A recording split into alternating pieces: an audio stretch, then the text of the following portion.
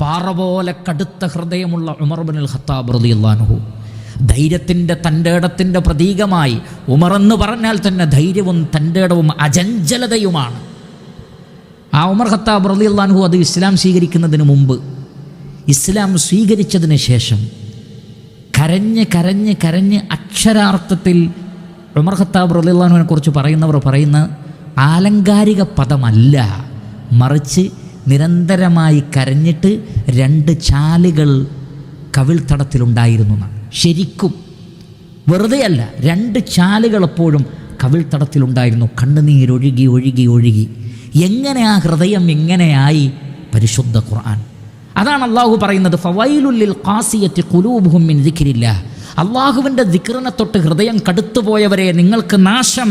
ഉലായിക ഫീ ളലാലിൻ മുബീൻ, നിങ്ങൾ വ്യക്തമായ വഴികേടിലാണ്. എന്നിട്ട് അള്ളാഹു പറഞ്ഞു, ആ ഹൃദയത്തിന് നൈർമല്യം ഉണ്ടാവാൻ എന്ത് ചെയ്യുക? അല്ലാഹു നസ്സല അഹ്സനൽ ഹദീസി കിതാബൻ മുതശാബിഹൻ മസാനി തഖ്ശയിറു മിൻഹു ജുലൂദുൽ ലദീന യഖ്ശൗന റബ്ബഹും സുമ്മ തലീനു ജുലൂദുഹും വഖുലൂബുഹും ഇലാ ദിക്രില്ലാഹ്. അള്ളാഹു ഏറ്റവും നല്ല ഹദീസ് ഇതാ അവതരിപ്പിച്ചിരിക്കുന്നു. പരിശുദ്ധ ഖുർആനാണത്. അള്ളാഹുവിനെ ഭയപ്പെടുന്ന ആളുകളുടെ തൊലികൾ അതുകൊണ്ട് വിറകൊള്ളും.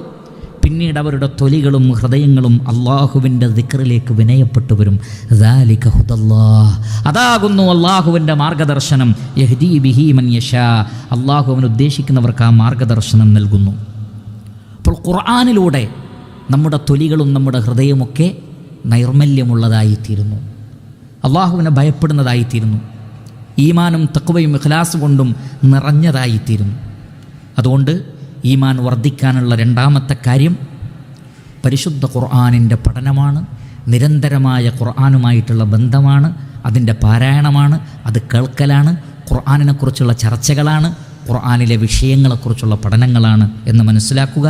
ഇൻഷാ അള്ളാഹ് മറ്റു കാര്യങ്ങൾ അടുത്ത ദർസിൽ വിശദീകരിക്കുന്നതാണ്. അല്ലാഹു സുബ്ഹാനഹു വ തആല കാര്യങ്ങളെ ശരിയായ രൂപത്തിൽ മനസ്സിലാക്കി അള്ളാഹുവിനെ ഭയപ്പെട്ടുകൊണ്ട് ജീവിക്കുന്ന യഥാർത്ഥ അടിമകളുടെ കൂട്ടത്തിൽ ഉൾപ്പെടുവാനുള്ള തൗഫീഖ് നമുക്കെല്ലാവർക്കും പ്രദാനം ചെയ്ത് അനുഗ്രഹിക്കുമാറാകട്ടെ.